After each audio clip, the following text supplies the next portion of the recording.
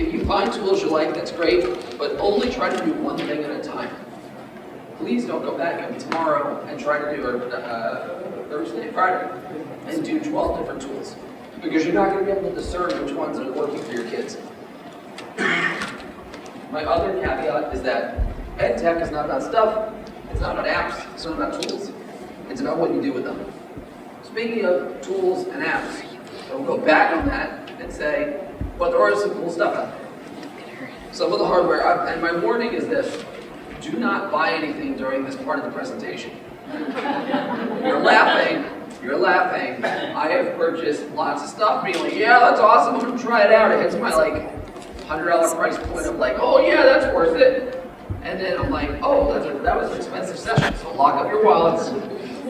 If you want to realize where you can get some cool stuff, by the way, there's a site called This Is Why I'm Broke. And you can buy some really amazing things, like this giant iPad table, or a standing desk made out of cardboard, which is actually really cool, or unicorn parts, which is, not as useful as you might think. Big fan of Legos. Love the idea of kids being, fidget spinners and everything that was all the rage last year. Love the idea of putting these on devices. You can get kids to be able to design their own cases. I'm going to go through a lot of these very quickly. Brick case is something I used for a long time. They don't have one for the newer MacBook Pros yet, but it was a fun way to design my own version. If you're looking for a holiday game for your family, and Cards Against Humanity is off the table, depending on your family. Those that laugh are terrible people. Just kidding. Game of Phones is really fun. It is a fun card game that you play with your phone. You pull out a card that says, find the oldest photo of yourself, and you compete against the people you're sitting with to do just that. I always think about this from an education standpoint. You can make this a lesson for your students about digital citizenship. Find the most, whatever, you can change the questions and do this in the classroom as well. IPEVO, if you're not familiar with IPEVO, it's an education hardware company that basically took the idea that they can create low-cost, high-quality classroom tools. So they created an interactive whiteboard, and they created an overhead projector, an overhead, basically, again, $250 for an overhead camera, as well as a fake smartboard. Works with Chromebooks. They have a 4K one that came out, wireless. I don't talk about, companies, I don't get anything from them. I just happen to really like their stuff, because when I was in the classroom buying technology for schools, these were thousands of dollars. And their basic idea is let's make something that's high quality and low cost. I have little kids. I worry about what they do on the computer. I worry about what they do on their iPads and their iPod touches and on their other devices. Disney came out with a device, I think it's actually on sale this week. It's called Circle. What it does is it monitors everything that goes on in the home on those devices. It tells you what apps the kids are on, how long, and you can turn off the devices for them, and you keep them locked into certain things. I also found there's an alternative to this app and this hardware device. It's called Parenting. It's available for free. And shipping and handling required, right? So I talked a lot this morning about Amazon Echo. I did not mention the fact that the FBI will neither confirm nor deny that they're tapping into everyone's Echo. There's a lot of creepiness going on with that. I showed you my son earlier. This is like a whole ecosystem of devices of this group. How many people have an Echo device? Yeah, the new ones look really cool. I actually have the Echo Show, and then this one's the one that's coming out in a few weeks, which is basically like a mini version of the show, so you can do video conferencing. My wife told me, she's like, look, it has a camera on it. I know you want it as a nightstand, but it's creepy to think that it'll be watching us sleep. And I'm like, yeah, but it's a trade-off. It's so cool. She's like, it's not coming in this room. I'm like, all right. Google Cardboard, again, 5 years ago, you took something like augmented reality, you took something like virtual reality, and we brought it to the idea that it can be a 5-cent piece of cardboard. There's a lot of varieties of cardboard. My favorite is the old Master one. Expeditions, how many people have done expeditions in their classroom? It's pretty cool. It's one of those things where it's cool and I'm waiting for what's next.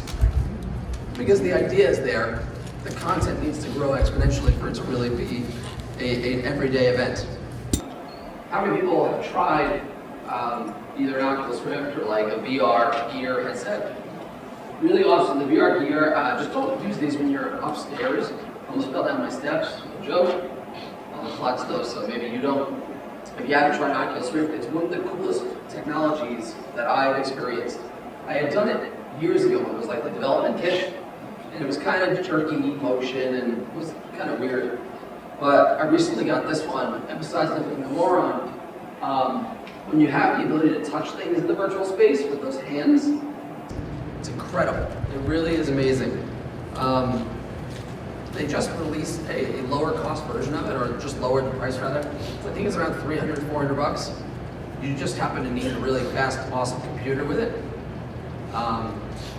This is the next version or next iteration of what you're going to see for virtual reality. This is basically it's called the Omni. You stand inside of it and you walk.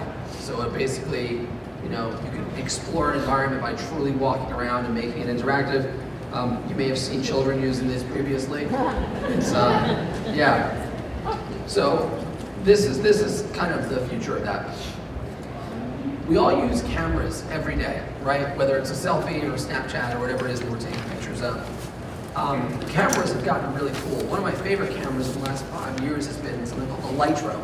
Does anyone know about this Litro camera? So the Litro, it was known as like the lipstick camera. And what the claim to fame was is that it would take one photo, and then afterwards you could adjust the focal points. So this is one that was 400 bucks. It actually started up at 1,800 bucks. Then it dropped to 400, and then it dropped even lower than that. But basically, this is a camera that can take a picture and focus after the fact. So look at this photo of the Golden State Bridge. And when I click on different parts of the image, it will change the focal point.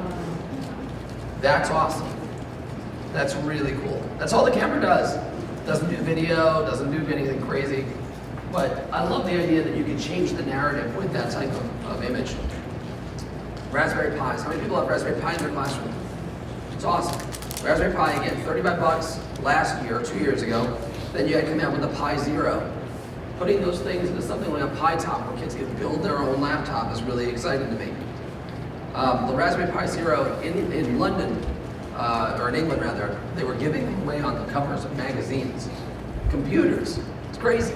Like that to me is, again, thinking back to where we started, like you get a full functioning wireless HDMI out computer on the cover of a magazine as a throwaway is amazing. There's lots of versions of it. One of my favorite companies is Kano. Not necessarily because it does anything better or different than a Raspberry Pi. It's really more for the instructions. Kano was built with the premise of kids will understand what the technology is and how it works. And I find that we're in such a closed system. Like my kids think about computers. I happen to love Apple products, but you can't open up an Apple product. When I was a kid, it's like you would open it up, you change the motherboard, you get more RAM, you change the video card, you do all sorts of stuff. Now it's like, oh, you buy it, it sits on the desk, and then 5 years when it's obsolete or whatever, you buy another one. You don't change it, you don't upgrade it, you don't actually have much of a say. This takes you through building a computer. On the screen, it comes with a little magnifying glass and it explains what a pixel is. And it tells you, look at a pixel. This is, the piece of light, the little light, and it takes you through all of that stuff. And I love the fact that it allowed my own kids to touch the components of a computer in a very basic way, but it explained to them how it all worked. They have one with a touch screen. Their software is unique in the sense that it has the ability to run apps like Minecraft. What you're noticing here is a split screen with Minecraft on top and block-based code on the bottom. And as you drop the blocks on the bottom of the screen, it will interact with the environment in Minecraft on the top of the screen. It actually can go into another split screen and show you the actual JavaScript. So once you learn how to write Java, you can code your own Minecraft experience. And I like this because it's not just limiting you to just drag and drop coding. So again, that's a software piece, but it's from that Kano. There are toys out there, like Spiro's made some really great toys. Have you guys played with like BB-8 or the R2-D2 Spiro toy? I love the idea that you can actually take those toys and do interesting things with them in school. Did anyone see, Sphero actually created a lock to be used with Breakout and U, which is really fun. The lock allows you to tilt the Sphero on this piece of paper and lock in coordinates.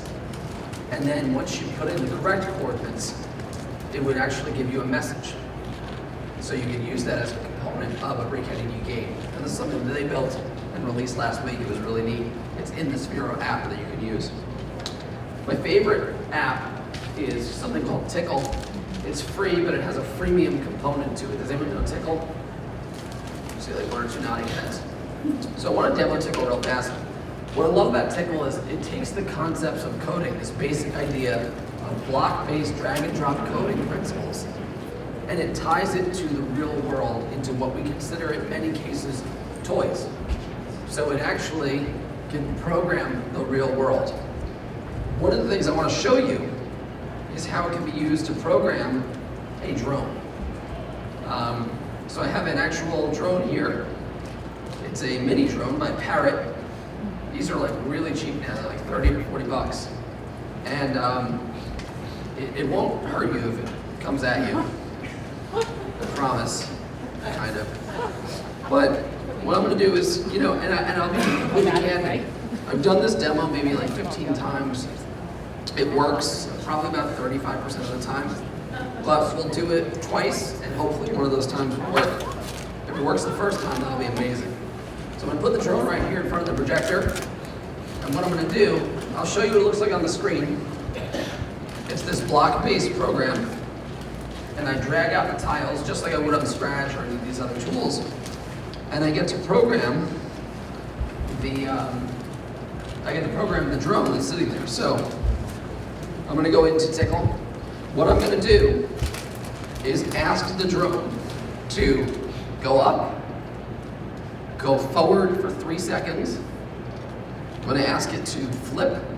I'm going to ask it to turn 180 degrees so it's facing back at me. Fly forward for 3 seconds again, and then land. So let's see how this goes, okay?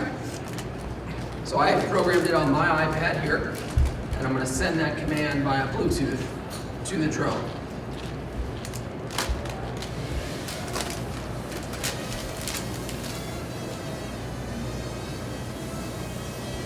It's going to take a chair out. Watch out, he's going to scalp you. I told you, I wasn't lying when I told you it could break. I'll try one more time. Thank you. All right, let's try one more time. I once had it fly out of a room altogether. It was amazing. It just kept on going. I was like, okay. So I'm going to adjust the propellers real fast to make sure it's not user error, which it always is. If I was home, I would just be like, oh, turn it off and then turn it on again. That's how it works. So I'm just making sure that these aren't like completely screwed up. Let's see.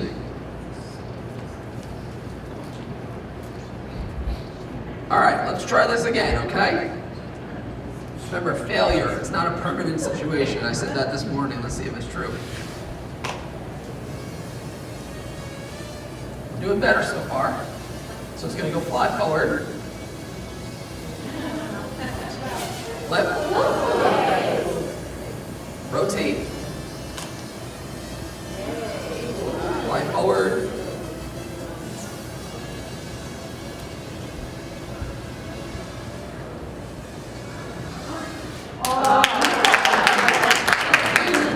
I'll be here all week, try the wheel. So, as you can see, yeah. Where you talk about the drone, Yeah. I'm thinking Christmas right now because I have a son Of course. that would love to do this and terrorize us later. Where did you say the drone? I got the drone from Amazon. This one's called the Parrot the Parrot mini drone. If you download the Tickle app, there is a list of all of the things it works with. Okay. And just to give you a quick sense of it, the idea is that it works with Sphero, it works with the Bean light switch, it It works with LightX bulbs and the Philips Hue, so you can actually do a whole light show by programming it through the app. And it works with a bunch of other stuff as well. There's the Ollie from Spiro and a bunch of other things as well. I like the drone because I think it's like the most toy-like, and you take something like that kids think about flying with their controller and then realize like, oh no, I can code it. Yeah, and taking this a little bit further, you can program things like snap a picture. There's a terrible camera on the top of that, on that drone. It's like a VGA camera, it's terrible. But imagine giving your students a charge to say, look, you have to fly through this obstacle course, put up filing cabinets or whatever it is in your room, put something that they have to take a picture of. So now it's like a game, but at the same point, they have to learn how to code this challenge. And kids have done really cool stuff with it. To show you an example, I did this with my guinea pigs in residence, my children. When my son, this was 2 years ago, so my 9-year-old was just barely 7, we did this in our kitchen. And this is the journal entry that he wrote in school. And he wrote pretty much verbatim, like, this Sunday I programmed a parent mini drone 2 with my dad and my brother.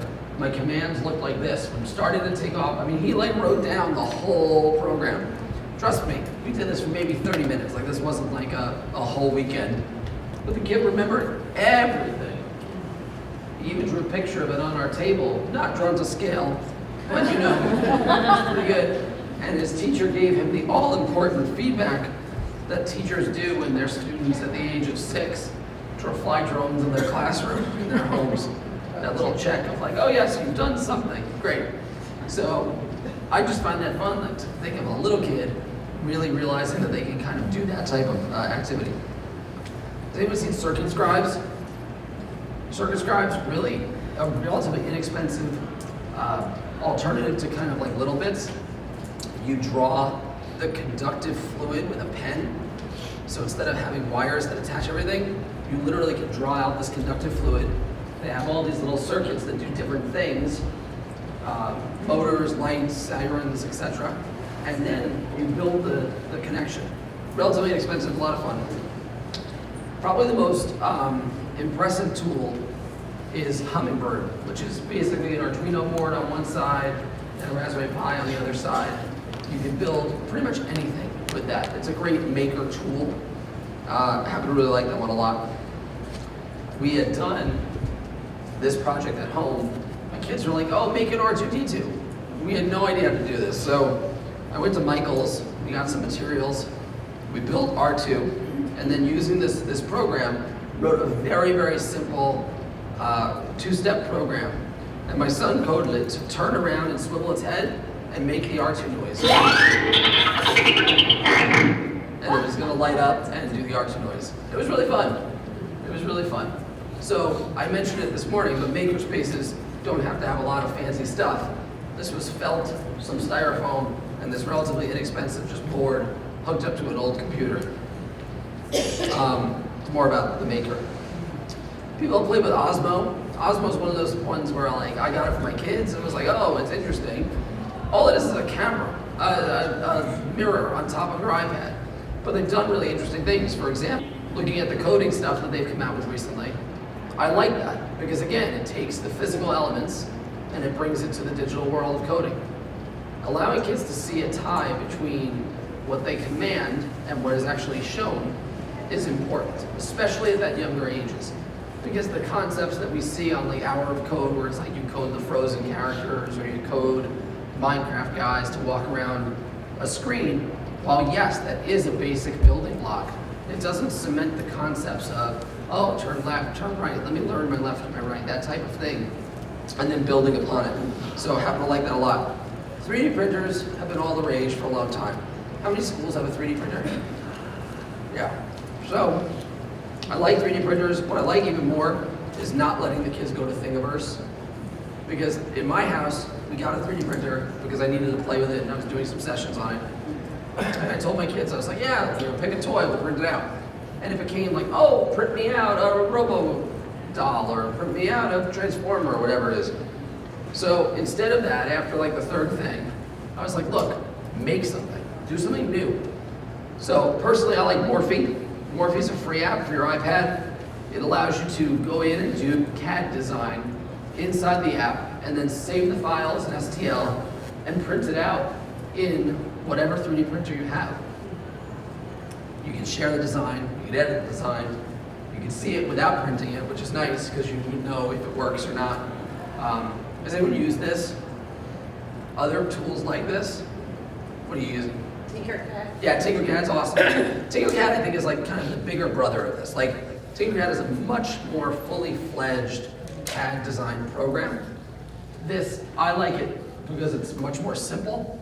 For my kids, just because of their ages, this is a little bit more appropriate, but Tinkercad I love, and it has, as I said, a much richer feature set as well.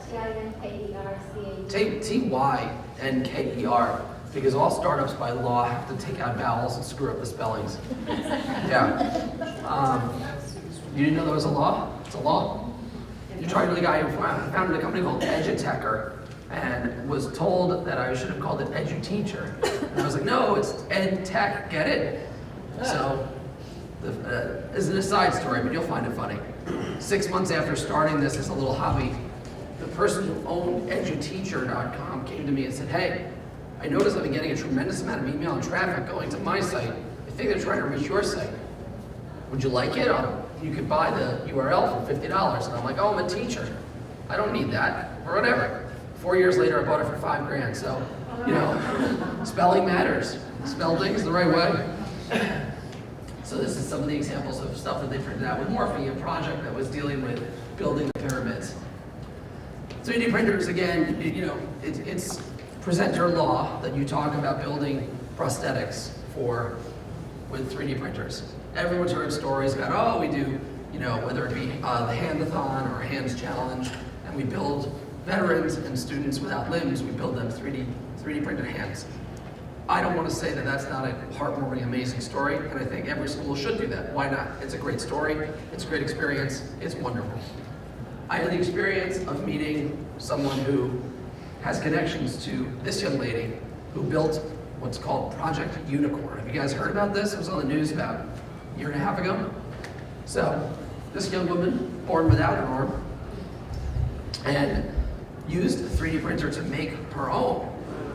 But here's the cool part. She wanted to make one that was unique. Instead of just being a 3D printed hand, she decided she wanted one where if she pushed a button, glitter would fly out at the end of it.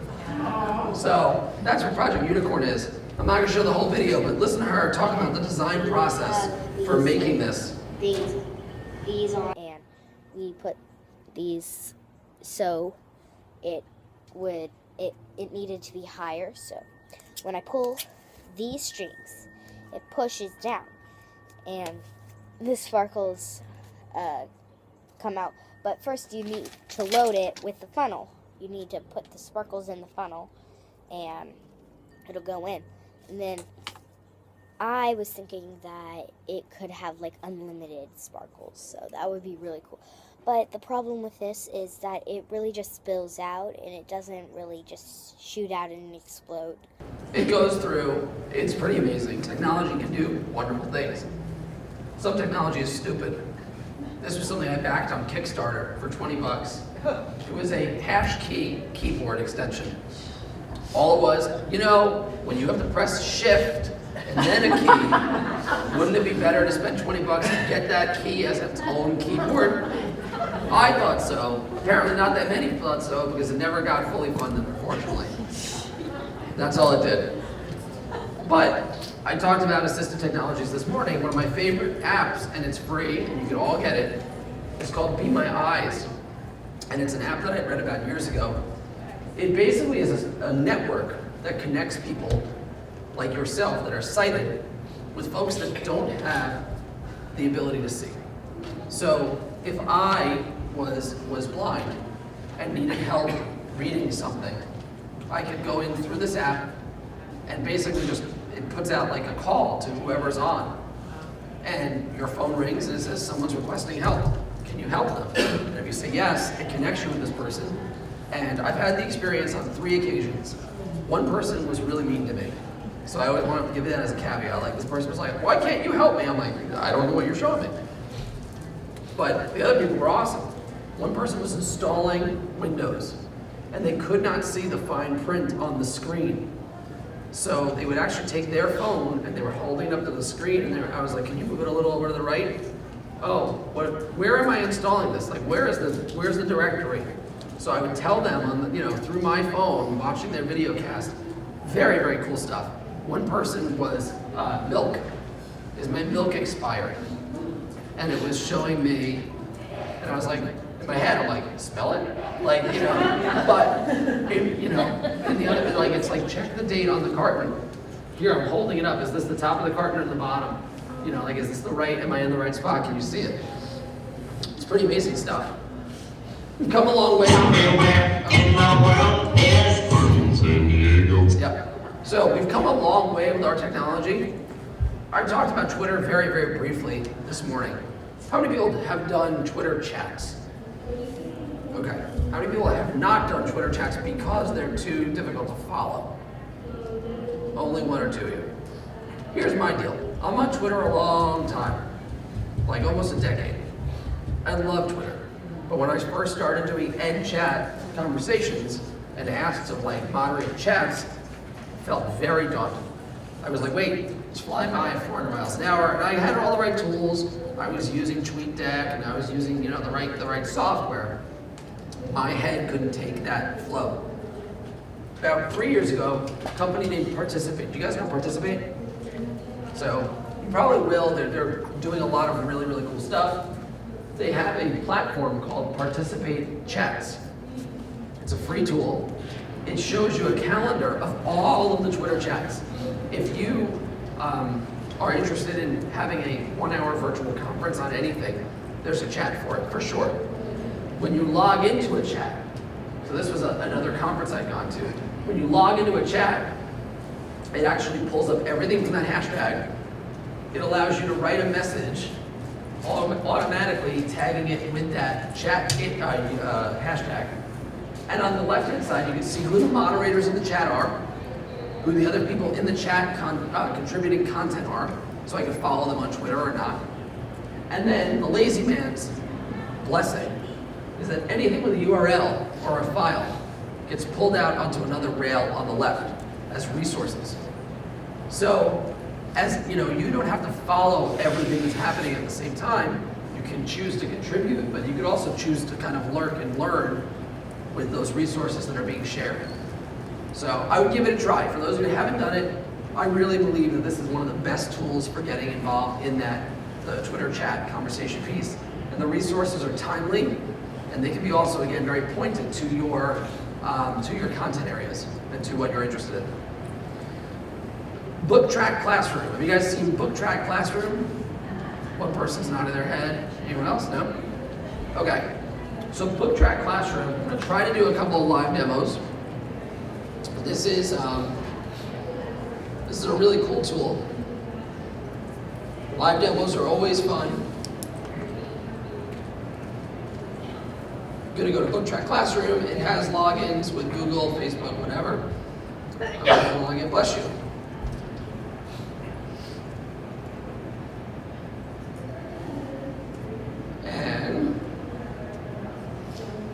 So what this allows you to do is there's a couple of things. One is there's a library of freely available books that have a soundtrack behind them to augment the experience of reading. You can change the words per minute for your reluctant readers or for your readers that struggle to read faster or slower. You can change the font size. You can make this a very, very palatable experience for reading. You also can create your own book tracks. So what I'm going to do is go into my bookshelf. I'm going to see if I can find my, hold on 1 second. My screen resolution's a little small, there you go. All right, so I've been working on this story called Adam's Amazing Adventure. It's not really so amazing, but I'm going to show you how this works. I go into Edit. It pulls up this text editor. So if I wanted to add sound, I go over to my text, and I have everyone cheer. Basically, it's a dark and stormy night many years ago. I'm sitting and I'm typing. I hear thunder and lightning, people cheering. So let's come up with something else that makes noise. Well, it's not Halloween anymore, but let's make it scary. Just then, he heard the chainsaw purring in the background. He screamed. All right. Now I added this wonderful, very exciting component to the story over here. I'm going to go back to sound. All I need to do is highlight this sound. And I'm going to go and I get to choose, do I want music, an ambiance, noise, or an effect? And I want an effect. And I'm going to click on that and I'm going to type in chainsaw and search. Oh, of course they have chainsaws. Chainsaws cutting down trees, chainsaws revving, let's see. Yep, that sounds scary. So, and then I go over here and I'm going to highlight he screamed. And I'm going to go to effect and go to scream. Young girl screams, that works, select. And I'm going to put some music behind the whole thing too. Let me go and highlight this whole last part. And we'll do music and we'll do creepy.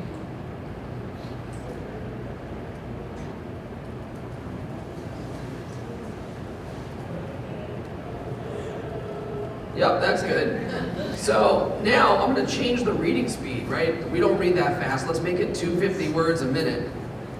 And I'm going to go to play this out for you.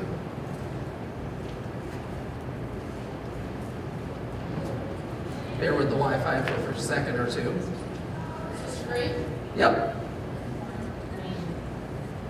So it's loading. It's just loading the sounds. Usually it's fine.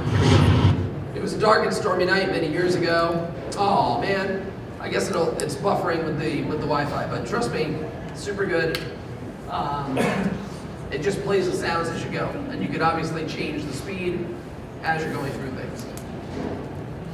We're not going to wait for it. We don't have time. What's that? Yep, you can collect them and send them. It's freemium, so there is a paid component you can get into, but so if you're listening here, the tree fell down across the way, blah, blah, blah. You get the idea. I love this tool. I think it's really cool. Again, my lens is as English teacher, so, I think of something like that for my kids that had a hard time reading or didn't like writing, and it works on both fronts. I'm also a big fan of being nerdy with a computer. Many people know if this, then that, correct? People use it. So if this, then that is basically a very, very simple tool that allows you to create an if-then statement for technology. So for example, my wife, who is very, very thin, likes to keep the house very warm. I, who am not so thin, like to keep the house much colder. Instead of fighting over the thermostat, I have programmed a command that my GPS in my car tells if this, then that when I'm getting close, and it turns the thermostat down. And that's just what happens. She's wondering why it gets colder when I come home. I don't know, it's weird. It also, but it has practical purposes.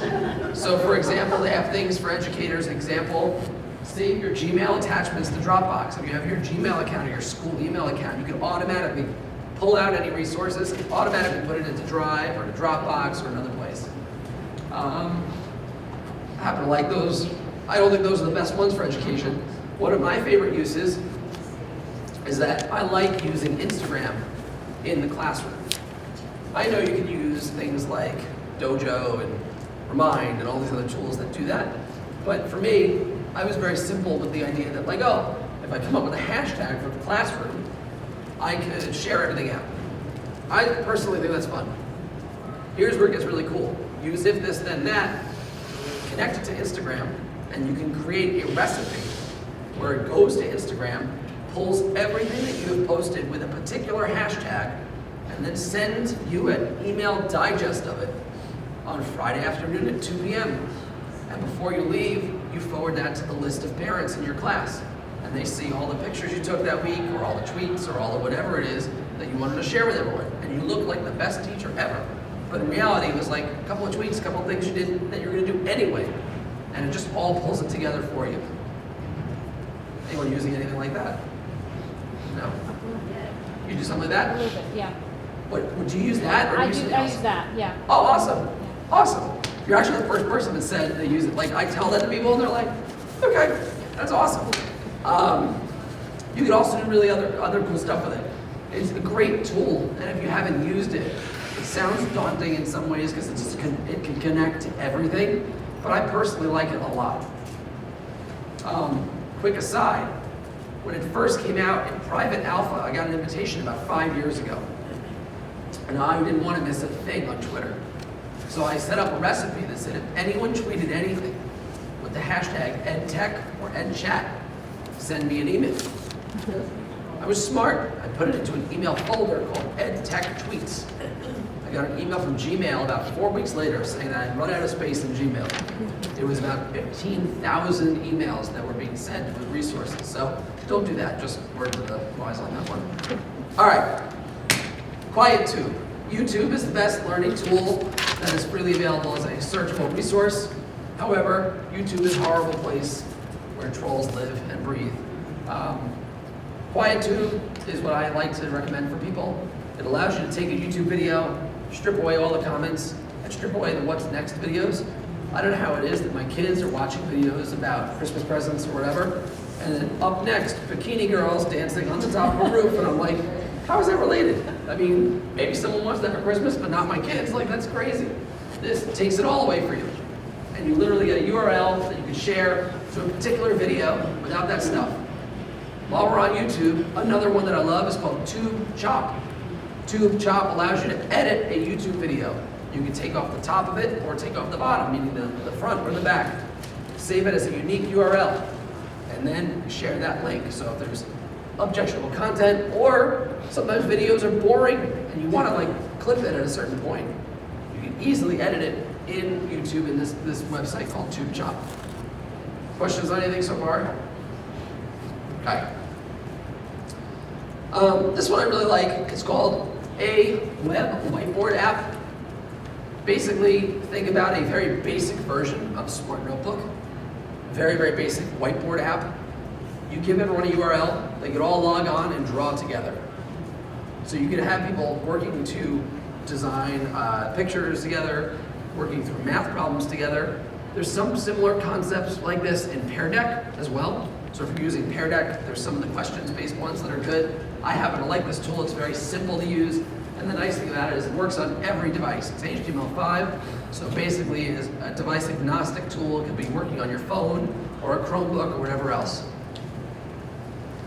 Noun Project, I made reference to the Noun Project this morning. The Noun Project is literally a very simple website that explains where you can get clip art images for everything.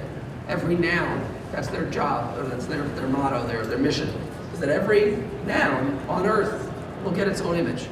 The reason I show you this is not because I think it's really cool, it's because our kids steal images all the time, and they have no concept of either A, copyright, but then I've seen kids that, I mean, the worst offenders are like kids that go to Shutterstock, they search photos, and they'll hand it in with like big X's through it, and the copyright warnings on it. Like, that's crazy.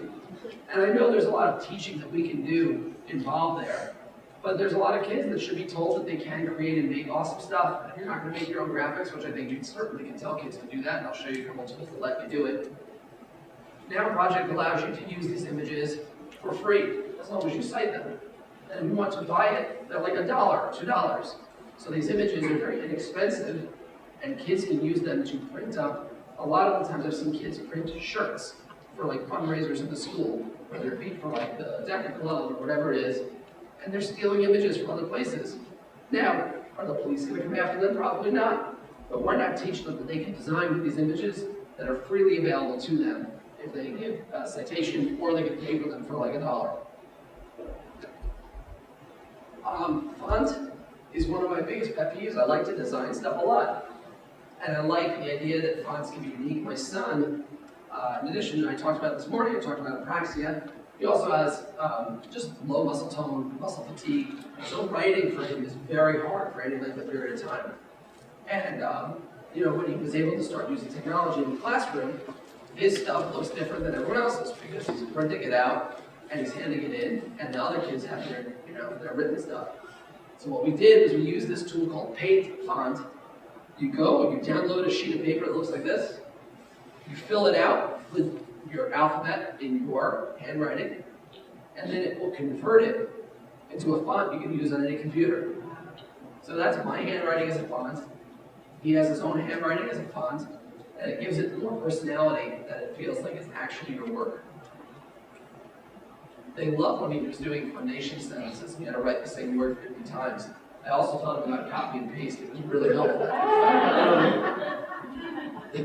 So, I talked about this tool before, but just want to mention again, futureme.org. Simple website. You can send reflections to yourself, but it's great for kids.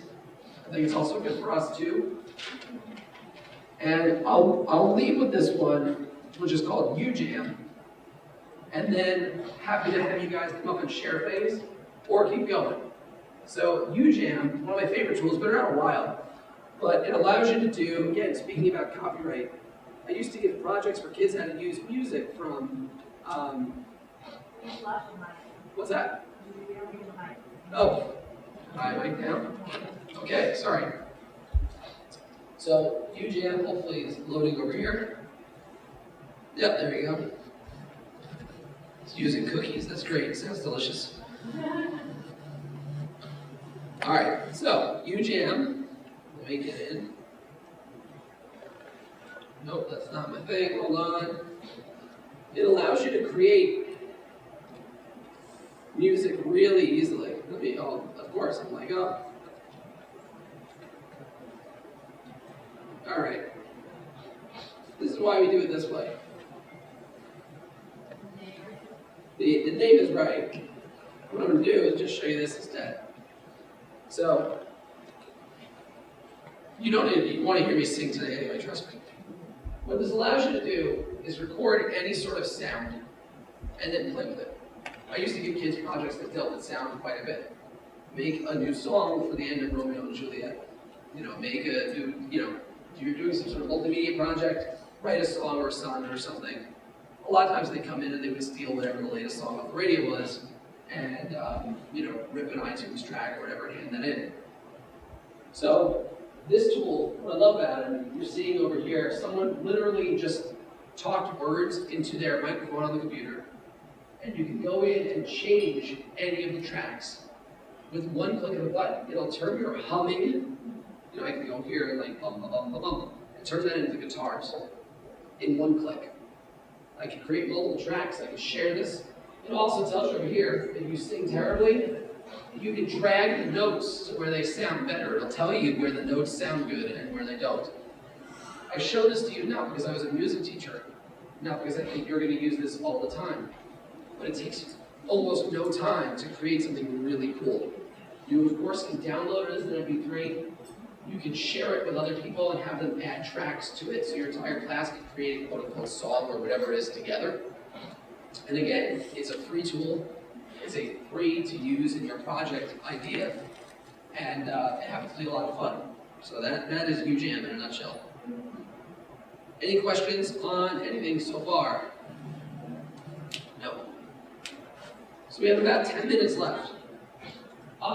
I'm happy to go and keep showing a couple more things, but I also think that you guys have things that you've probably either learned this week or just have been using in the last year or so that you wanted to share. Does anyone want to take the mic for a moment and come up and share something? An app, a tool, something you do with your class with any of these tools? Yeah, sure. I don't know if I need the microphone, and it's super lame compared to everything you just No, showed no. you. But with the YouTube videos, Google Slides now, if you put a Google Slide, a YouTube video in a Google Slide deck, you can start and stop it at whatever time you want. So you can get rid of the beginning and the end without tube chop. You can have like 4 slides in a row and show like a minute right in the middle of the video, right? So if you put a video into a YouTube video into a slide deck, there's a start and stop time. You have to click on the video, and you get a little video editor, and you can start and stop the video whenever you want without having to cut it off and do all that and get URLs and stuff. That's awesome. That's awesome. Does everyone use Google apps? I feel like everyone, it's kind of, it's funny. 5 years ago, that was definitely not the case. Even a couple years ago, I think the Classroom has really ushered that in, and Chromebooks. So, it used to be like, oh no, we use Edmodo, we use this, we use that, different tools. Is anyone using Microsoft Suite still?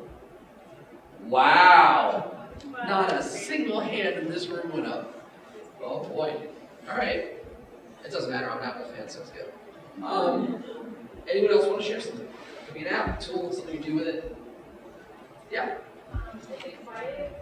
There's also something called peer review, which does the same thing. It takes away all the previews and what's coming next. Thing. Just do a little peer review. Cool. And put the URL right in and just give you to the way screen. Perfect. So that was Pure View. So Pure View and Quiet2 basically do the same thing. I find that with the space is like, the edtech space, I've been in it long enough where I feel like a lot of these tools just wind up piggybacking on each other. Dojo and Remind and some of these other ones like just feature swap each other. And it moves us forward a little bit, but I feel like, I'm excited to see what the tools are that's next. That's why I tried to show you some tools that probably you don't see other places. Like UJAM is not something that I've seen anybody else really share.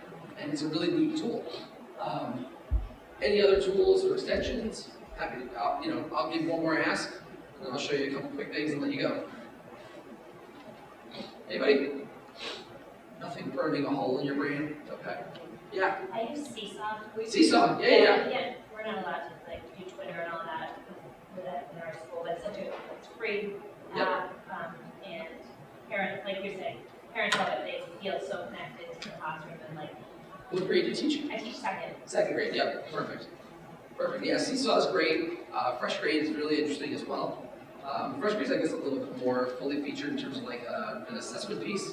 But Seesaw is a great recording app. And I think Dojo, has anyone used Dojo for that? I believe that they've come such a long way, I guess, from their days of just doing behavior management. They do a lot of that journaling as well. How many people use Remind? One person in the back. And you're a student, right? Yeah. Awesome. You like it? So for my clubs, I run one of them. You'll send out a text message to and it goes to everyone in the club reminder meeting today. And I love Remind. Yeah, it works really I well. love Remind. The guy founded it, Brett, his brother, founded this website. You guys know what Remind is, yes? A couple of nodding heads. So Remind, basically, you summed it up. It's the ability to text message groups without revealing your phone number. You can set up office hours, you can send out reminders. My kids' teachers, oh, there's a quiz on whatever, make sure they study these chapters. I find it really helpful. I really, really like the tool. It's a really good interface as well. So that's Remind. Let me do one or two quick add-ons here, and then I'll let you run. You can be the first on the lunch line, if you didn't eat already. I would imagine most of you probably know Canva. If not, Canva is a really, really easy design tool. It's gorgeous. It allows you to use some really cool design features, very Instagram-esque, but to make things for free. They also have good lesson plans written by folks like John Spencer and Stephen Anderson about how to use their tool to do interesting projects for design in your classroom. Let's see. I'm not going to talk about break-editing you, but if you want to talk about that, I'm talking tomorrow about it, or I can talk to you anytime. That's what I do, is my main deal. I'll show you some extensions. One is creepy and awesome, called Sidekick. Lets me know when people have opened up my emails. Kind of spy-esque, but I like to know that oh, I needed an answer on something. I sent an email, they've looked at it 12 times at these specific dates and times, but no one's gotten back to me. So, they're wait, how do you know I just opened that? I just sensed it. One tab is a really cool tool. What it does is it allows you to save. How many people have 1 million windows open in Chrome? I am seriously, I can't declare Chrome bankruptcy. I have hundreds and hundreds of tabs. What this allows you to do is to take all those tabs that open up at the same time and compress them into one tab, literally. So you click one button, and it all pops back up at the same time. The flip side of that is that you take this one called the Great Suspender. What this does is that all the apps, when you think about Facebook, Facebook, when you load it and it starts playing those videos automatically, isn't that fun and annoying? Well, what the Great Suspender does is it basically sees that you're not actively on that tab and it pauses it. And you're like, all right, why is that important? Well, it saves you a ton of memory, both system memory, and it also saves you battery, because if you're on Facebook, but you're really not on Facebook, you're on another page, and Facebook's been playing the same stupid ad that's been on for 25 minutes, you're really killing your battery. So the Great Suspender literally just puts it down like this. You click on the button one time, and it brings the page right back up. You don't lose anything. This was just showing you some of the memory that you can save on it. It's pretty amazing. You save 20 megabytes at each turn, which is really fun. A general note on these tools, there's some ways to avoid pitfalls when you're dealing with the web tools. Sometimes free tools become paid tools. That's part of this game, right? Where people need to sustain and move forward.